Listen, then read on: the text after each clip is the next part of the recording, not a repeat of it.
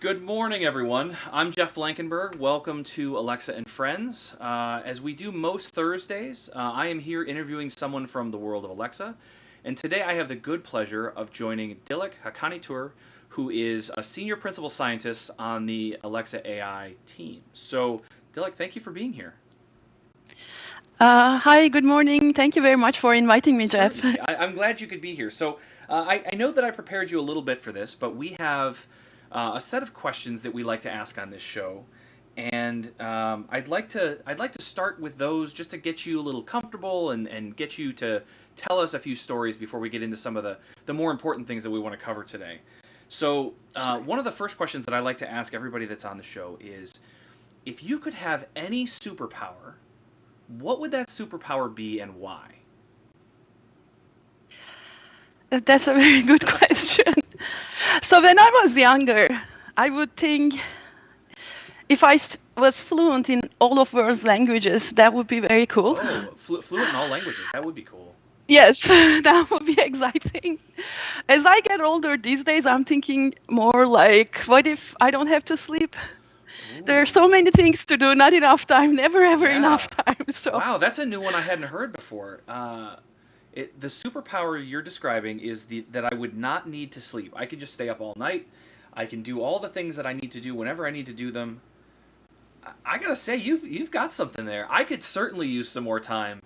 And I look at those hours between midnight and 6 a.m. every day, and I'm like, those are 6 hours I could have done something cool. Yep. Man, that's a good one. And oftentimes they are the quietest, calmest time of the day. Yes, that's true. So. Yeah, you don't have a lot of the distractions that we have otherwise. Wow, that's a really good one. I like that. All right, so second question, and this is often to give insight to people about how you live your life, I guess. I'm going to offer three things here. You have your car, you have your desk, and you have your bedroom. Of those three, which one do you find is consistently the messiest? It's absolutely my desk. All right, so do you have a constant churn of paperwork, or is it just that things just kind of end up like, I know I oftentimes will have like a half empty can of soda or something sitting on my desk. Just that kind of stuff accumulates. What's your mess generally? Both of them. Sometimes a lot of paperwork, things that I read, switch back and forth, but also things that I kind of like use in to calm me down, or to just take a little bit of a rest and so on. So. Gotcha. All right, so now we have to move on to my favorite question, and this one definitely has to come with a story. I want a good description of exactly how you think about this. But the question is, imagine you're trapped in like a long alley, and at one end is a very aggressive horse-sized duck, and at the other end of the alley is an angry mob of duck-sized horses. And you can only go one direction, but you're going to have to fight your way out. Which direction do you choose? I would go from the direction of one big horse-sized duck. I mean, they both sound cute. Yeah. I would worry of stepping on the horses, because we have cats, 2 cats. Oh, yeah. You worry if there are like 100 of them. Yeah, no, I totally understand that. I have a... well, we have a couple of cats in our house, but we also do a lot of cat fostering. And so, kitten fostering. And so we have a lot of very small kittens that generally live in a very nice segmented, large space in our basement. But as they get older, and like we're actually taking them back to the foster facility today, they've grown a little bit. They're more active, they're jumpier, and they can run around the house like crazy. And so you'll just walk through the house, and all of a sudden you will just punt. You don't mean to, right? But they just run right in front of your foot, and before you know it. Man, it's a lot of fun to have them here, but sometimes you feel bad when you're like, I didn't mean to kick you. I'm so sorry. So yeah, I can see that. So my perspective on the horse-sized duck is that I would really want to ride it. I keep pushing my audience. I hope this happens at some point. I keep pushing my audience. I want to see like a majestic painting of me, maybe with like an Alexa flag carrying it in the air, but riding a duck-sized horse through maybe the background of your stream, like through a wooded forest or something, leading people into battle. I think that would be pretty fun. Pretty fun. Okay, so let's get into why we're really here. I like silly questions, but it's fun to talk about some interesting things too. So I don't know that many people have necessarily met you, but you are working on some very, very cool things at Amazon. And so I'd like to know, this is one of my favorite things to ask people when they come on here, is for you to tell me a little bit about your career path. How, like, you made a bunch of choices along your career, both in education and in your professional life, that got you to be a senior principal scientist at Amazon. So what's your origin story? How did you get here? What's the path you took? What did it look like? So, was always very interested in languages, interaction between humans. But I was also interested in computer science. During school, maybe I didn't think much of like, oh, what about like machines that can talk? Right. But as I started grad school, and I was lucky enough, there were people at the school working in those topics. I got more and more interested in these topics, starting with machine translation, moving more and more towards conversational dialogue systems. After graduate school, it was always like, where can I grow, Right. learn, but also impact and influence the world? So that basically drove the decision of where I work. And yeah, so that's why now I'm at Alexa. Got it. So have you had any other interesting roles prior to Amazon that applied to this in any way? Yes, I did work at like my right after school. I joined AT&T Research in New Jersey after the Bell Labs time. Oh, okay. Was mostly conversational systems, but for the purposes of customer care. And well, we actually built the very first dialogue system that talks to 1 million people in a month. Yeah. Those seemed like very large numbers back Yeah. then. Then I did work in International Computer Science Institute at UC Berkeley for some time. Again, focusing mostly on conversational interactions, understanding human language.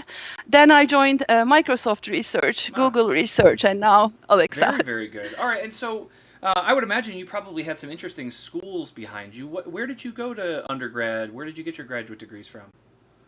Yes, both of them are from Turkey. I grew up in Turkey and went to school in Turkey. During my graduate years, did stay some time as a visiting researcher at Carnegie Mellon, for some time at Johns Hopkins and SRI International in California. Wow, very good. We were almost neighbors. So I live in Columbus, Ohio, which is not very far away from where Carnegie Mellon is. Yes. That's wonderful. That's actually one of the schools that my daughter is looking to get into, and that's actually an interesting transition as we talk about your background and where you went into. For me, certainly, encouraging more women to get into technology careers is something that is really close to my heart. I don't know if I've mentioned it here, but I've certainly told people. Last year, I with a team of 4 other people started a Women in Technology Scholarship, right, to help women that are coming out of high school that want to go into technology careers, help them defray some of the costs of going to college. It's been a really important thing for me, but I know that this is something that's important to you as well. So I'd love your thoughts on how the industry could encourage and attract more women to the industry. First, it's really great to hear that. Thank you very much for encouraging young females to join technical schools. And I like that for a specific reason, because I really believe that it starts early on. We should be encouraging when female students are young, because there is no reason for them to not be successful or engaged or enjoying the technical fields. They just need, I feel, a little bit of encouragement. And that's when it starts usually. So I think industry could support schools, could take active roles, starting from middle schools or high schools, encourage girls to join these sort of fields, organized maybe teaching sessions and so on. I always volunteer to teach at my daughter's school. Yeah, I try to prepare something fun and engaging. I think internships could be another one because my daughter keeps asking me like, when am I going to be an intern? So internships for high schoolers, I think that's something very interesting, and that could be. Yeah.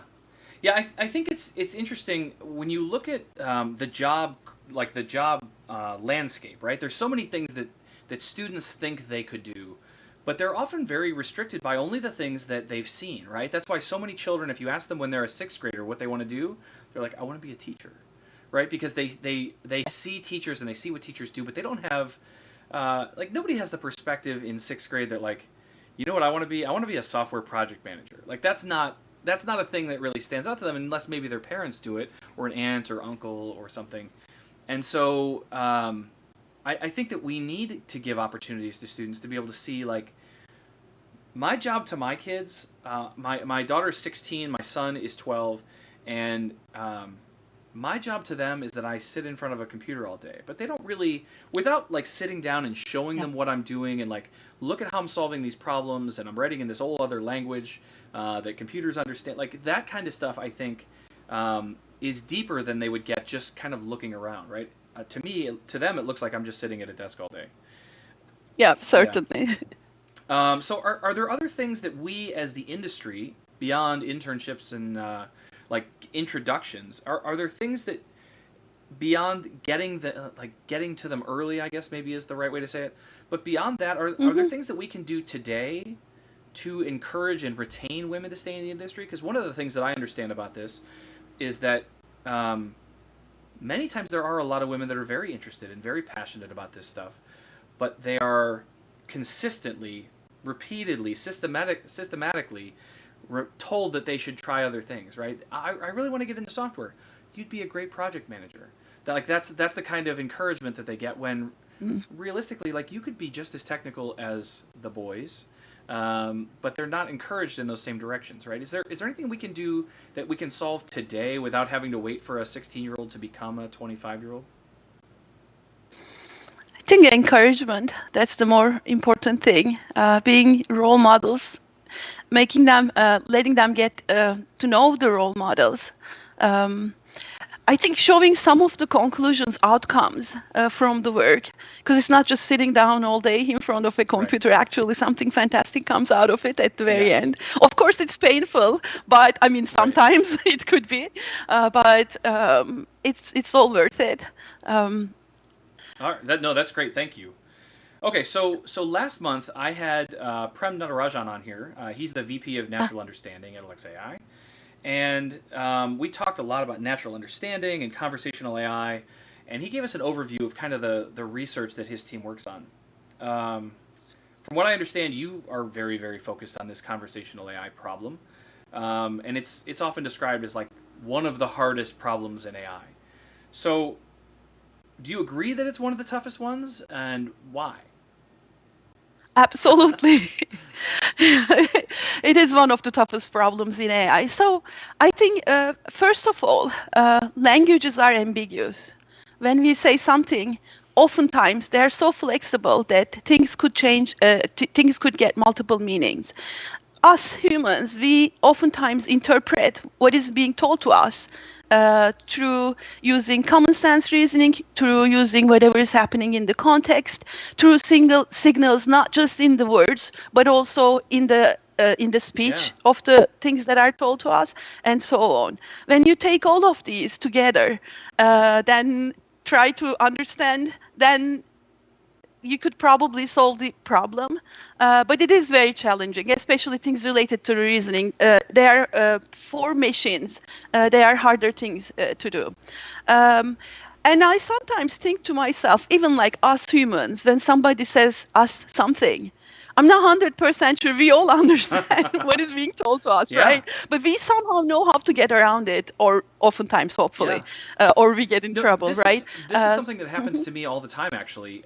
When I'll watch a movie, I'll watch the movie and I'll really enjoy hearing the whole story and going through all of that. But then later, I will see people pull pieces out and they'll be like, do you remember when this person talked about this? Or when this person said this thing? And I'll be like, no, I never heard or saw any of that. I'll go back and watch it and be like, I think naturally, and you probably know this far better than I do, humans tend to ignore the things they don't understand in a conversation and focus in on the words that they do. And so you'll hear a word and your brain just is like, I don't need to know. Like we'll just infer context without using that word, and only later you're like, oh wait, they said that word. I've never even heard that word before, right? Is that common? Do you think? Oh, it is very Yeah. common, absolutely.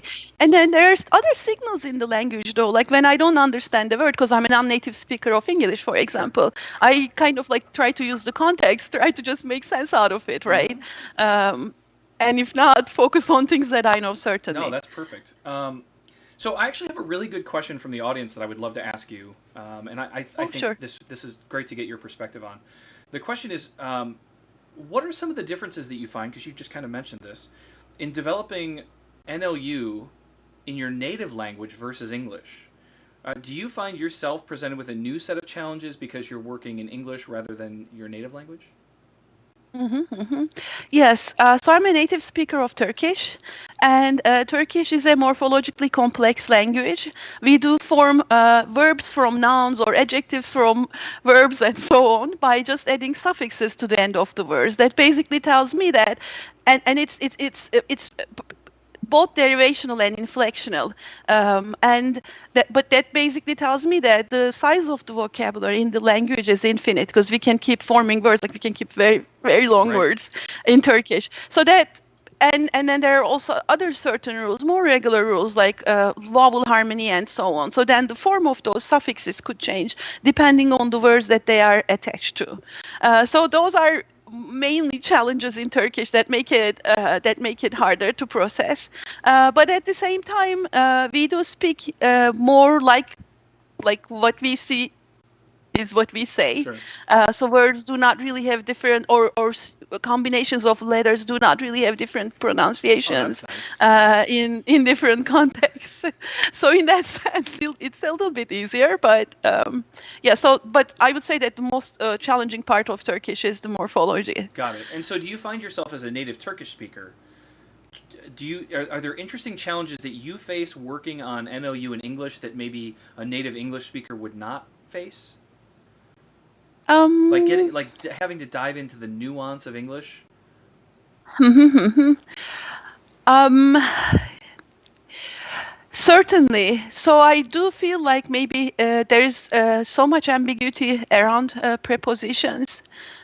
In Turkish, they're like very clear. As I use the language, kind of feel like, oh, it's like there's some confusion in there. Got it. It's not obviously clear to me. And then when you're processing, trying to understand English utterances, you can have that form of issues. Um,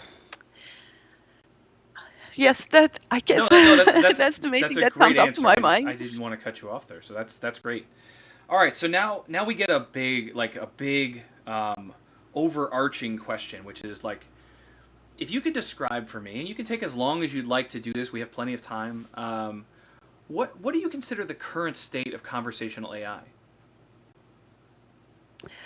So currently, we could, and I'll focus on maybe two areas: customer care centers or virtual personal assistants. Somewhat slightly different. Currently, we can understand the intentions of the users if they're from a fixed set of intentions, like in customer care centers, and then we could understand the arguments, associated arguments with their intentions. We could handle simple things. Same thing for virtual personal assistants. We don't have a problem understanding intents like setting an alarm, with what time you're supposed to set an alarm, or we don't have problems understanding and answering questions, factual questions, given the knowledge on the web, most of them at least. And we can achieve simple tasks for users. Um, but that's mainly it. Okay. Um, and we do have some translation capabilities, as I think more and more about it for conversational speech, but of course not at the level of humans Of yet. course.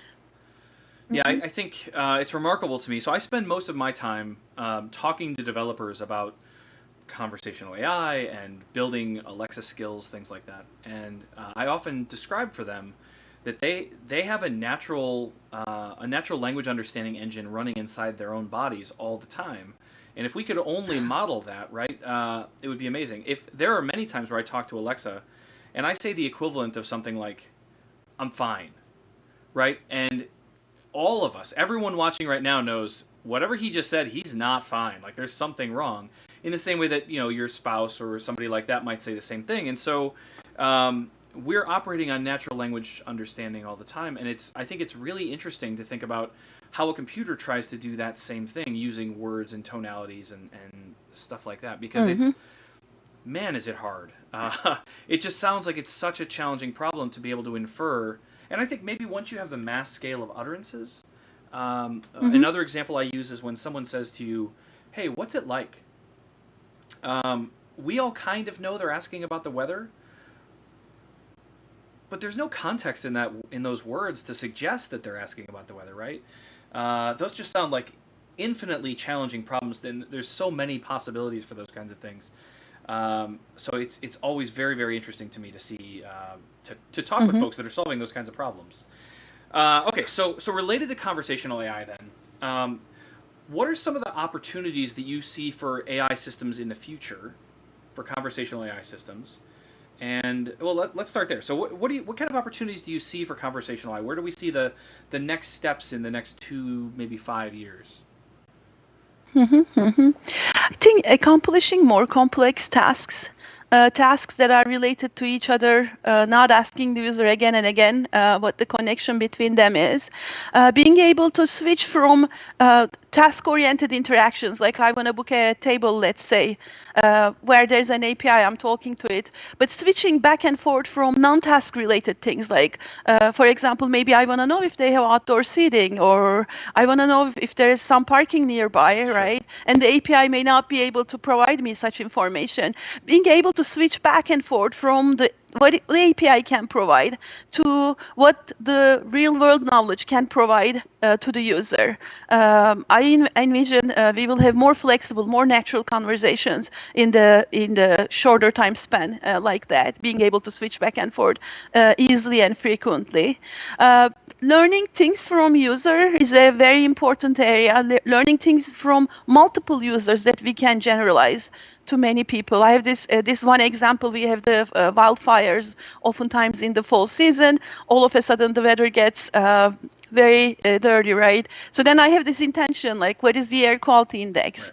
Right. If it is not encoded, these days it is, but right. Then how can I actually teach how to look it up? Or how can I teach my machine to look up the grades of my daughter and then informing me if something there is right. That needs attention is happening and so on. These tasks do depend on the person. It may be they may be important for one person, not for the other. But if we can all teach, that could actually help benefit all of us. So I do envision some form of learning from users through interactions could happen in the next 5 years. I would like to see some more situated interactions. Right now, the devices are static, they don't move around. I am really looking forward to devices that could do more things for us, so that and having interactions, conversational interactions with them to teach to accomplish. Sorry to interrupt you there. So that's actually a topic that's near and dear to me. So just yesterday we had Alexa Live, where we had a bunch of interesting releases and announcements, and one of the things the talk that I got to give was, we called it. The idea was about having Alexa on the go, right? Which is kind of what you're describing there, the ability for Alexa to go with me places. And with some of the devices that we have available, like the Echo Frames and the Echo Loop and the Echo Buds, I have found that it changes my entire perspective about how I use a virtual assistant when it's in my ear versus when it's a device sitting on my kitchen counter. And it's more, I don't know if the intimate's the right word, but it's a more interesting private conversation. The thing that I really want, I know we always talk about the Star Trek computer, but what I really want is a brain supplement, right? I want there to be, because everybody has some voices in their head that are talking to them about a number of things. I want a voice in my head that's just all the information I need. So when I'm talking with a friend and they say, hey, what was that guy's batting average in 1986? I can be like, oh, it was 297, right? Like, I just know the stuff because I have this thing that can bring the information in. Now, I don't actually want to get surgery and have all that plugged into my head, but I do feel like there's times, especially when I travel a lot for work and I'm walking through the airport, there's a great skill by a company called TripIt that knows all of my travel information, right? They know all of my flights, they know all my hotels, and as I'm getting a connection, I can get off of my plane and I can say, I won't say the name, but I'll say, what gate is my next flight at? And it'll say, oh, your next gate is 10A. And I'd be like, now think about what you'd have to do otherwise. I'd have to stop, like get out of the traffic of the hallway. I'd have to flip through my phone, figure out what gate it is. But that voice was just in my head, so I could just keep going. In the case that I did, I had to stop and turn around because I was going the wrong direction. But generally, that's how it's supposed to work, right? Is that I have that mobility with me. I have the assistant with me all the time. I think that makes a huge difference. Yes, absolutely, absolutely. It's similar for me as I drive, for example. I'm supposed to pay attention to the road. Right. After a long day of work, I can think of like, oh, I should have done this. I should do this. I should do that, right? By the time I come home, I cannot do it on the way. Right. By the time I come home, it's more like, oh, family. Like it's a different, completely different time of the day. So it would be. Is so great actually to be able to accomplish some of these while you're coming to work. At least the simple ones. Yes. That is a personality trait of mine that drives my wife crazy. Is that when something's in my head, like, oh, I need to do that, I have to stop and either talk to the device or punch it into my phone. But if I don't do it right then, it's gone. I'll remember when it was due or when the thing needed to be done. That like, hey, I didn't do this thing. Yeah. But there's many times where I just have to like, hold on a second. I gotta do the thing, and then we can go back to whatever it is we're doing. Because if I don't write it down, it's gone, and I'll regret it later. Yep. For sure. A similar problem for many people. Yes. Okay. So again, going back to Prem and some of the conversations we had, one of the things that he talked with me about was the Alexa Prize. Yes. And the Alexa Prize is this really interesting competition. For those of you that I think most of the audience has probably heard of, but I'd love for you to tell us a little bit more about it. But we're talking about the social bot, the grand challenge that's coming up. Yes. And I know you're directly involved in this. So what can you tell us about that? Sure. Yes. The Alexa Prize is one of the favorite topics for me. I've been involved with it since I joined Amazon. I'm happy to be involved with it since I joined Amazon 2 years ago. The competition has been going on for about 3 years. And this is basically a university challenge where Amazon funds university teams to build a socially engaging conversational system that could talk about a range of topics like current events, entertainment, and so on, so that they can keep users engaged in an interaction. And every year we do fund a set of university teams. We get a set of applications. And the grand challenge is achieving, so at the end of the interaction, so here's what happens. Basically, user says, Alexa, let's chat, and they get paired with one of the university bots. And they could talk as much as they want until they say stop. At that point, we ask the customers, we ask the users, how would you rate this conversation from 1 to 5, 5 being the highest score?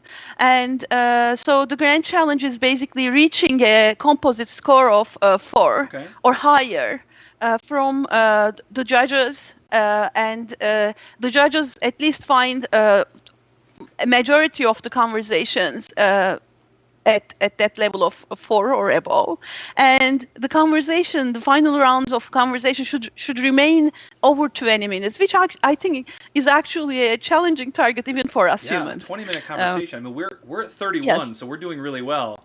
But I agree. 20 minutes is a long time to hold a conversation, especially with a device. Yes. Yes. Okay, so I actually had a couple of other questions come in, and if you don't mind taking them. Do you find that there are any major differences between Amazon's approach to how we handle some of our research versus maybe some of the other places that you've been? Yes. Yes. Is there anything you can talk about that would be interesting? Oh, yeah. Sure.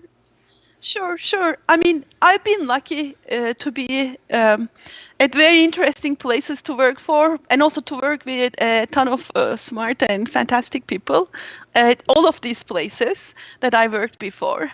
But I think every company is different. So there are labs where they're more focused on research, less connection with production, or there are places where it's purely related with production. At Amazon, one of the things that I like a lot is you can do very exciting, interesting research, yet you could still be connected to customers, because especially in conversational systems, customers are the key. What they want to do with the conversational system, you cannot just go build a system which like nobody will Right. use. It won't be interesting for you because you won't get to see Agreed. what really happens, what people would like to do. So working with actual customers, seeing what they want to achieve is very possible at Amazon, and influencing the work, actually impacting, changing the direction of the work. It's an amazing place for that Oh, reason. that's good to hear. I feel the same way, but that's fantastic. We had one more question, then I want to get into our scholars program and some of the other stuff that Oh yeah. that you're working on. But one question that came in was, what does the pipeline from research to actual applied product development look like? So from the idea that we're going to start researching and deciding how this is going to work and how we're going to solve the problem, to actually applying it to the product, what does that pipeline look like? What is the process that we go through to get from A to B? So oftentimes we work backwards from what the customers need. When I get in the picture, it's more for me like, okay, here's the need, right? And then here's what we can do with the current technology today. What are some of the challenging things? What are the non-obvious things that should go in there? So I focus mostly on that type of Okay. problems. Most of the scientists focus on that type of problems. But then once they start, like mostly oftentimes we form experimental framework where we could experiment with some of the ideas that we think could solve these problems. Try to mimic to the closest detail that how actual interaction with the actual user would be, like form a correct experimentation framework. Then we work very closely with other teams, with teams that could make it happen. But of course, sometimes you may still be somewhat disconnected from how the actual user, because there's how we imagine that people will use this technology, and then there's actually what is in their mind, what they want to do with it, Actual right? reality. There are oftentimes such mismatches, and there basically data tells you like what you're supposed to do, which areas you should focus on, improve, and so Right. on. No, that's a great perspective. Thank you. All right, so getting back to academia, we talked about the Alexa Prize and how we have a bunch of university teams that are competing for a large amount of money, but doing it in a way where they're building these cool conversational bots that have to achieve 20 minutes. They have a 4.0 rating or higher. Like, there's a lot of really good, interesting things there. But we also have a scholars program which allows academics to join Amazon in kind of a flexible capacity. Can you tell me a little bit about that program? Yes. So we have been attracting people, very well-known professors in academia, to actually work with us part of the time. Because oftentimes the academic positions, you have part of your time for yourself, right? Maybe 20%, or depending on where you are in the academic year. So we have the scholars program so that we can enable these academics to engage in real-world problems, and then work with us, invent with us, and tackle those real-world issues. I think it works in both ways. We certainly benefit from having the great minds accessible, Right. and I think they benefit from the interactions with Amazon, because I think it opens up new areas, new thoughts for them, about those things that would be really important in real life. Yeah, I think that there is often, for better or for worse, I think that there's often a slight disconnect between academia and business. And it's nice to be able to have some crossover there, because I think that there's a lot that business can learn from academia, and I think that there's a lot academia can take back and say, well, from a true research perspective, this is a very useful thing, but when we try to apply this, like there's no business application for what we're necessarily doing here, or maybe there's a tremendous business application for what we're doing. So I think that's excellent. So, what is the big driving reason, other than being able to bring in some of these high level academic folks? It seems like we spend a lot of time on kind of this industry academic collaborative. Are there other driving forces behind that kind of push us to want to do this more? I think attracting talent, because as the faculty work with us, they go back to school, they now have seen the actual problems, right? And they influence the students, knowing what is happening in industry. Right. So the students get inspiration from them.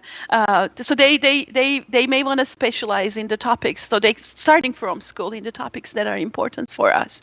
And of course, they would get to know like how Amazon works, what does a scientist or an engineer do inside Amazon. So I think they take back the knowledge to the school, to the students, to these young minds that they inspire. Very good. I think that's great. That's very important. Yeah, I know this is not real at all, but I often think about things like that. A lot like the character Indiana Jones. Are you familiar with those movies? Yes. So he's an academic professor, right, of history and a number of other topics. But he also claims to be this archaeologist, which I think any archaeologist would argue he's probably not an archaeologist. He destroys way more than he ever finds or interacts with. But he has this real world experience that he can draw upon to come back to his students and share. I think that's an interesting illustration, even if he's not maybe a very good archaeologist. Okay, so back to Alexa Prize. Because I think we've talked about it a couple times, but even as I look through the chat here, it seems that there are some people that aren't entirely aware of what it is or how they can use it. So can anyone interact with these bots? Can anyone play with them and use them if they want to? Yes, right now we are in the final stage. Okay. And if you say let's chat to Alexa, any Alexa device, then you're going to be paired up with one of the finalist teams, and you can talk as much as you want. So it's accessible to everyone, and actually every conversation counts. So do please talk to them. That's great. It's important for university teams to see where they can improve, to learn what people would want to talk about, and so on. And just so that the audience has some encouragement, what should they expect when they say let's chat? What happens? I know they could just go use their device, but I'd like to give them some encouragement about what they'll actually experience when they're on the other side of that. Yes, sure, certainly. It really depends on which bot that they get paired up with, and unfortunately they won't know which one they are paired up with. But each of these teams are very creative, like they're working beyond my imagination. They have very lively topics that they could talk about. Certainly these days, coronavirus is important. Right. They can be giving some information, but there are also all forms of exciting, interesting conversation topics that they get into, like if you want to talk about movies that you like, or books that you like, sports events, and so That's on. Great. All right, so let's talk about the teams, because I think that this is also interesting. How many finalists are there? So we have 5 finalists, and we started with so many proposals, and we funded 10 teams this year from all over the world, and including Russia and Czech Republic, and 5 from California. Right. There's a lot of good research happening in California. Yes. Very cool. And so of the 5 finalists, can you share who the 5 are? Oh, yes, sure. UC Davis, Stanford, UC Santa Cruz, Czech Tech University, Czech Republic. Trying to remember the 5th one. I'm so sorry. Okay. I kind of put you on the spot there. Oh, Emory University. Okay. Yes. Very good. Emory's in that's in the South, right? South Carolina, maybe. I think in Atlanta, Georgia. Okay, I knew it was in the South, but I couldn't remember exactly. Atlanta sounds accurate. Yes. Okay, so how do they participate? And let's start there. What does their participation look like? Are they actively working on this, or is this something that they built and then they're just waiting for people to try? Are they iterating as the competition goes on? You mean the university teams? Yes, the competitors. Yeah. Yes, they do. They do improve, constantly improve, try to improve their Okay. systems as they interact with more and more users. They get to know what people talk about. They experiment with different ideas. So we do provide them a framework where they can experiment. They can change their algorithms slightly and then see what happens when these algorithms are being used in production. Uh, and on the Alexa side, we also try to monitor what is happening, and we also try to build tools, models, machine learning algorithms, and so on that would help them to improve their Got it. conversational interactions with users, so that they can actually focus on those things that are more important, that we don't imagine, that we don't Right. see. Yeah. To be able to start with a ground base and then be able to accelerate beyond that. That's excellent. And so, what are they ultimately competing for? What do they get out of this competition? Oh yes, so we do have finals at every challenge period. We are at the third one right now, and we are going to select the top team, second and third. They're all going to be getting some financial awards. I think the top one gets close to it's a $500,000 award for a university team. The second gets 100,000. The third one gets 50,000. And we have the larger $1 million to the university, $1 million award for whichever teams wins the grand challenge of the Got it. competition. Wow, that's amazing. So some team is going to walk away with $1 million. That's Yes, that's yes, yes. And fantastic. and besides that, throughout the challenge, we do fund them a 250,000. It's a research grant. We do give them Alexa-enabled devices. We do give them access to AWS services and compute and other tools and data that we have, and team support. Like we do have an Alexa Prize engineering team that give constantly support to the Oh university wow, that's teams. great. That's incredible to have that kind of support. Okay, so they're battling against the challenges of conversational AI in a university environment. We fund them, we take care of all that stuff. But let's talk about those challenges, right? So we have automatic speech recognition, we have natural language understanding, knowledge ingestion. There's all sorts of things that can we talk or unpack some of those? Because I think, especially Yes. for our audience, I think it would be really interesting to like on a basic level to kind of unpack what some of those challenges are, and why they're so hard. Yes, yes. Maybe starting from speech Sure, recognition, because you started sure, from sure. speech recognition. So in social conversational speech, the utterances are not really pre-planned. It's a conversation, right? You haven't thought about this necessarily, what you're going to say. So the speech is more natural. That brings up some challenges for speech recognition. Furthermore, it's open domain. It could be any topic, any form of entity, maybe things that you haven't heard of or seen before. So there are certainly speech recognition challenges. But what we want teams to focus on is more like the conversational understanding, conversational interaction challenges. So Amazon does all of the speech recognition. What we have is the output from a speech recognizer, the textual output from a speech recognizers that the university teams are processing. So from that point on, being able to understand what people's intentions are in their utterances, if they refer to entities, and most of these teams are tap into accessible knowledge in the world, structured or unstructured. Structured being knowledge graphs, unstructured being news stories, new articles, or Wikipedia articles about certain entities or topics. So being able to connect what the user or link what the user is saying to these knowledge sources, getting that knowledge, integrating them into the conversation in a natural way. These are certainly all challenging areas.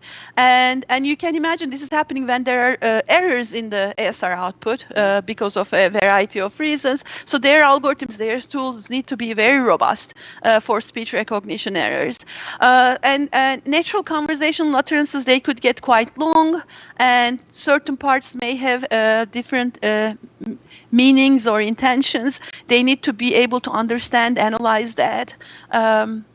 And they need to be able to understand maybe certain motivations behind user utterances so that they can demonstrate some social intelligence. Right. They can demonstrate empathy. Like if the bot asks me, how are you today? I'm like, I'm really very tired. I don't expect it to say like, oh, great, like what a fantastic I'm so situation. excited for you, right? Yes. So that form of understanding what is really happening, what the user is really saying, what is the meaning Got behind it. their That utterances. natural language Yeah. understanding. So that's very cool. So when we get into things like knowledge ingestion and conversational data sets, um, I know that one of the Alexa Prize teams created Cobot. It's kind of a Yes. conversational bot toolkit. It's in Python Yes. actually, which is pretty cool. Can you tell Yes. me about Cobot? Yes. So during the very first year of the challenge, I wasn't there. I wasn't at Amazon at the Sure. time, and it took the teams some time to figure out like how to build, how to come up with a dialogue system, and there are traditional architectures and so on. But for the university teams, it's the first time they're coming up with something like that. From those learnings, Amazon, the Alexa Prize team, actually built an infrastructure where they can uh, easily build a dialogue system where you can plug in your components and it keeps track of the conversation state, which is important, very important for multi-turn interactions. And we provide this tool to the participants, and we have seen that the development time for the university teams have reduced significantly once Oh, this that's good. tool is out there. It's also easier for us because when we want to plug in a new tool, new algorithm, then we can easily plug it in, and then all the university teams would have access to whatever we are understanding from the user utterances.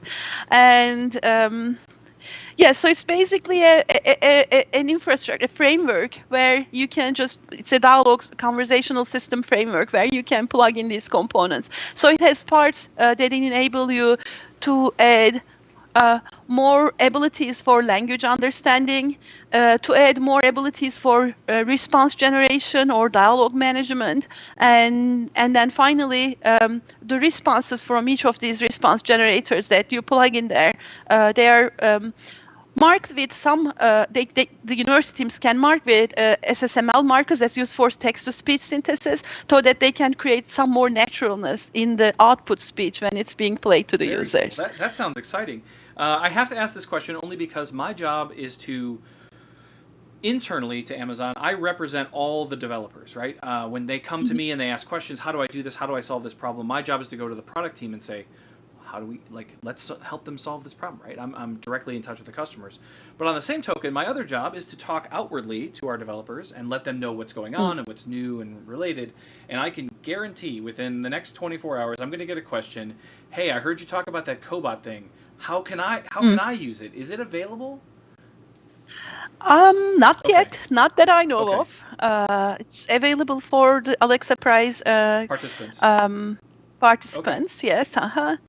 Um, but that's an interesting Yeah, idea. I'm just curious because I know a lot of developers are always interested in how can they take things that exist, right? How can I build on top of those things? Because I find even in the Alexa skills that I build myself, there's often a lot of plumbing that I have to put into that, right? A good example is the ability to repeat myself. So if the user Yeah. is interacting with my skill and they want to say, hey, what was that? Or can you say that again? If I Hmm. didn't Hmm. write a whole bunch of code to be able to retain the thing that I just said and hold on to those things, I don't have that. But if there was a conversational framework that just did a lot of that stuff for me automatically, man, I think developers would be very keen to jump on top of that. So that's good to know. So it's not available today. I have the answer to the question that I will receive, but that's really good to know.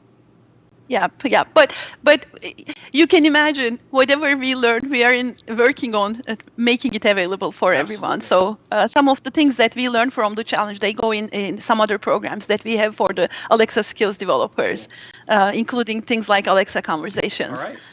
All right. So let's talk about um, knowledge and representing Oh and yes. representing knowledge. This is I know we announced yesterday Alexa entities, which I think probably ties into this a little bit. But when we're ingesting knowledge in open domain conversations, that's certainly a challenging problem, right? Like It is. we're not fixed into like, hey, we're talking about a patient, or hey, we're talking about an automobile. Like it's an open Mhm. conversation. How are teams addressing that kind of problem? So oftentimes they try to link entities in user utterances to the entities in the knowledge graph so that they could find information. Like, for example, if it is a movie that the user is talking about, then you would want to know who the director is, who the actors are. You can open up topics. Oftentimes they try to do those linkages and get the knowledge and then integrate it back in, integrate what they retrieve back into the responses that they have to the users. The other thing that they do is sometimes you run out of information, like you can talk about this thing, but you want to now switch topic. They do use it for switching topic to related things, but not totally unrelated Got it. things.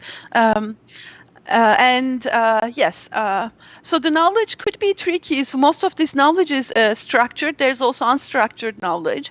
Then you basically need to again match the meaning of what the user is talking about to the unstructured knowledge, and that's an area that my team also that we also focus on. How do you get, because not all of the world's knowledge is structured, like those simple things that I said in the beginning, like does the restaurant have outdoor Right. dining, doesn't necessarily be in a structure, but it could be in a customer review or maybe in the descriptions of the Sure. restaurant, So the right? data exists, but just So not in an easily obvious way. Got it. exactly, So exactly. So then how can you ingest it into these user utterances? Most of the teams are trying to do things like okay. this, So and so do that's we. actually a dream of mine. Do you ever think that there will be a situation, and maybe it's 100 years from now, where there is Mhm. a mostly complete knowledge graph? It's probably never possible because Uh, I think probably the breadth of knowledge grows faster than the amount we can put in there. Yes, that's what I was going to say, because the knowledge is dynamic and constantly Yeah. changing. Like people's relationships, occupations, Right. they do change. Their ages change, Yeah. right? A lot of things do change. Um, Maybe a complete, closer to complete ontology, but even that is Yeah. tricky. But certainly, I mean, these are all. How do you keep the knowledge? Um, Contemporary, how to make sure it doesn't have conflicts. These are all challenging Oh, problems for, in general, for the builders of these forms of for knowledge sure. graphs. I'm glad that smart people like you are working on this rather than me, because I would just be like, well, it's just one big database. Let's do it. So that's great. All right, so I have a couple of more questions, but we only have 6 minutes left. This has been a fantastic conversation. So I'd like to talk about natural language understanding because this is something that's near and dear to a lot of Alexa developers' hearts as they think about this. And conversational speech is obviously a lot harder than like, what's the weather today? Um, Mhm. are there interesting ways that the teams, like in the Alexa Prize or otherwise, if you in your own research, interesting ways people have tried to address that challenge? Yes, so there are teams, for example, and these are all things that make sense for processing conversational speech. Um, User utterances, especially in conversational speech, certain parts may imply certain things. Like you may, for example, start by giving feedback to the user or to the machine on what it told you, right? Then you may move on to another act where you're maybe opening up as a user a new topic and then asking questions about it, right? So the teams are trying to segment these utterances, try to understand, oh, this could be the feedback part, this could be where the question is, and so Got it. on. And beyond that, so that would be like understanding the acts, dialogue acts in these utterances. Beyond that, there are teams that are trying to understand intention of each of these units. As I mentioned early on, like if you ask how are you, I say I'm not that good. To understand the sentiment behind Right. the user's utterances. Maybe I don't like that movie. Okay, maybe we shouldn't talk about it, right? Like the sentiment behind the user's utterances. These are all important things to extract, understand from the words that they have, Sure. and then convert on the way to the conversion to the responses. Okay. So when we talk about sentiment analysis, do you Mhm, mhm. find, and this is just for my own knowledge more than anything, I know that it can certainly look at the words that were used and say, oh, this seems like a negative sentiment, or this is a positive sentiment, or neutral. Does it also have the ability to recognize like tone of voice, and things like that? So these are certainly very interesting active researchers. I did myself when in the customer care domain, looked into like what people are saying and then how the prosody of the speech changes from their previous utterances to the current utterance.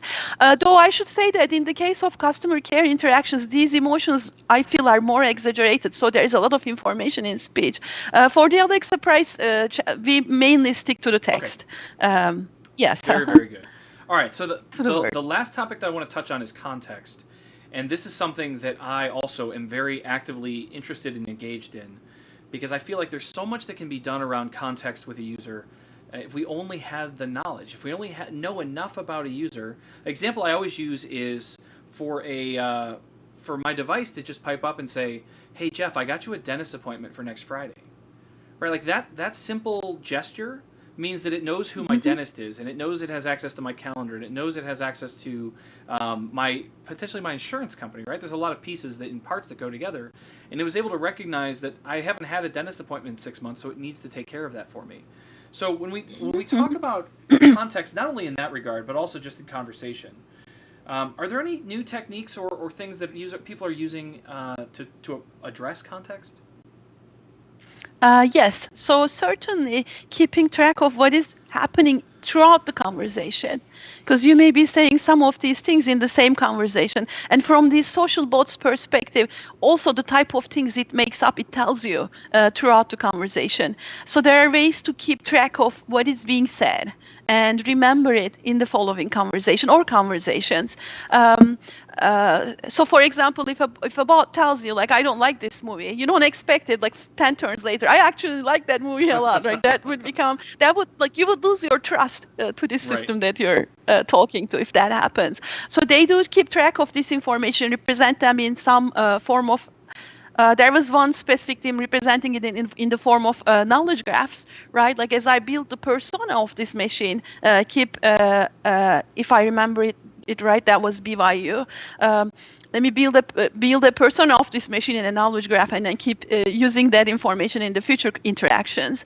That form of personalization, the example that you gave, it's also very important. Many of the teams ask, what is your name, right? That kind of like that little personal touch. And then they remember what books you like or what movies or what genre you like, so that you can keep track of it. So from a scientist's perspective, as I look into these things, it is very important to be able to keep track of that form of context for use. I think personal assistants are going to be only personal when they achieve that level of personalization. They know what you want, you like. They kind of like foresee before you even think about it. Like, oh, you know what? You should have done this, or you may like this, right? So they think for you, basically. I love that. I want that thing that's going to take care of a lot of those. Like, I want to think about the big stuff. I don't want to be bothered with the fact that, like, do I have gas in my car? Like, that's not a thing I ever want to think about. I just want it to be like, hey, by the way, you should leave 10 minutes early. You need to get gas. Like, that would be awesome. That kind of stuff would be huge. Well, Dilek, this has been a fantastic conversation. Thank you so much for being here today. As we're wrapping up, I'd love for you to remind people how they can not only learn about the winners, but interact with any of the competitors that are currently going on. Oh, yes. First, thanks so much, Jeff, for having me here. We are going to announce soon the winner for this year's challenge on Amazon.science, our website. Please watch for the news, and the results are going to come out soon. And to talk to the bots, please just say, let's chat. Awesome. And we will get you connected to one of the bots. I'm going to set off all their devices. Alexa, let's chat. Thank you so much again, Dilek, for being here today. And thank you, everybody, for tuning in. I am actually on vacation next week, so we will not have an Alexa and Friends next week. But I will be publishing a schedule with more guests, more interesting people to talk to in the very near future. So thank you guys all for tuning in, and we will see you all again very soon.